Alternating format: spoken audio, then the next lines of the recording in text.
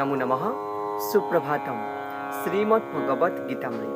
আজি শ্ৰীমদ ভগবত গীতাৰ ধ্যান যোগ নামৰ ৬ষ্ঠ অধ্যায়ৰ ৩২ সংখ্যক শ্লোকফাকি হৈছে এনেধৰণৰ: আত্মৌপম্যেন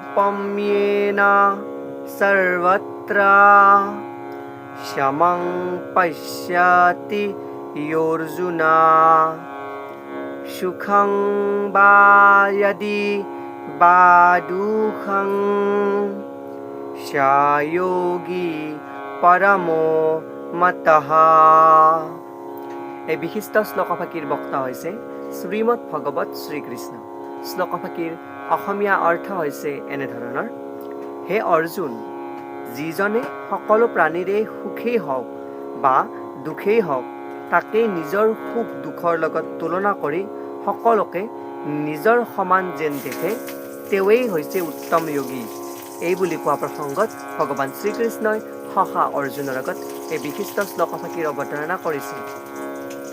শ্লোকফাকিৰ তাৎপৰ্যাৰ্থত ভাষ্যকাৰে উল্লেখ কৰিছে যে কৃষ্ণ ভাৱনা সম্পন্ন ভক্ত এজনে হ'ল উত্তম যোগী। তেওঁ নিজৰ ব্যক্তিগত অভিজ্ঞতাৰ বলেৰে আন সকলোৰে সুখ দুখ সমানে অনুভৱ কৰিব পাৰে। ভগৱানৰ লগত নিজৰ যি সম্বন্ধ আছে তাৰ কথা পাহৰি যোৱাটোৱেই জীৱনৰ মুখ্য দুখ।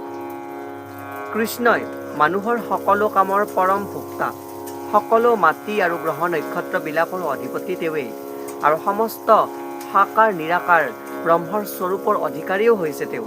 এই কথা উপলব্ধি কৰাজনেই হৈছে পৰম সুখী আৰু পৰম সুখৰ কাৰণ।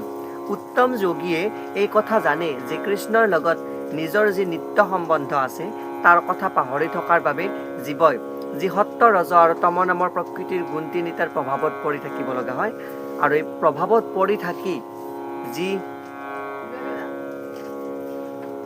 জড়জগত আছে সেই জড়জগতত আধ্যাত্মিক, আধিভৌতিক আৰু আধিদৈৱিক এই তিনিবিধ দুখৰ সমভাগী হ'বলগীয়া হয়।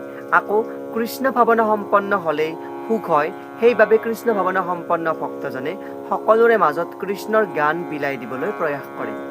আৰু এজন উত্তম যোগীয়ে কৃষ্ণ ভাৱনা সম্পন্ন হোৱাৰ প্ৰয়োজনীয়তাৰ বিষয়ে জানিবলৈ দিয়ে, কাৰণে তেওঁৱেই পৃথিৱীৰ ভিতৰত আটাইতকৈ ডাঙৰ পৰোপকাৰী আৰু তেওঁৱেই ভগৱানৰ আটাইতকৈ প্ৰিয় খাদ্যস্বৰূপ বা দাসস্বৰূপ বুলি ইয়াতে উল্লেখ কৰিছে।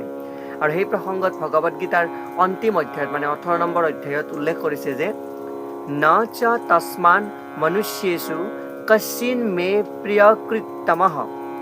আন কথাৰে ক'বলৈ হ'লে ভগৱানৰ ভক্ত এজনে অনবৰতে আন সকলোৰে জীৱৰে কল্যাণ কামনা কৰে আৰু সেইদৰে কাৰ্যত তেওঁ সকলোৰে বন্ধু হৈ পৰে। তেওঁৱেই উত্তম যোগী, কাৰণ তেওঁ নিজৰ লাভৰ বাবে যোগৰ সিদ্ধি লাভ কৰাৰ কথা নাভাবে, কিন্তু তেওঁ আনৰ ভালৰ বাবেও চেষ্টা কৰে। তেওঁ লগত আন যিবিলাক জীৱ আছে সেই জীৱবিলাকো তেওঁ ঈৰ্ষা নকৰে। এই বিশিষ্ট শ্লোকফাকিৰ সৰল গুণাৰ্থ। ধন্যবাদ।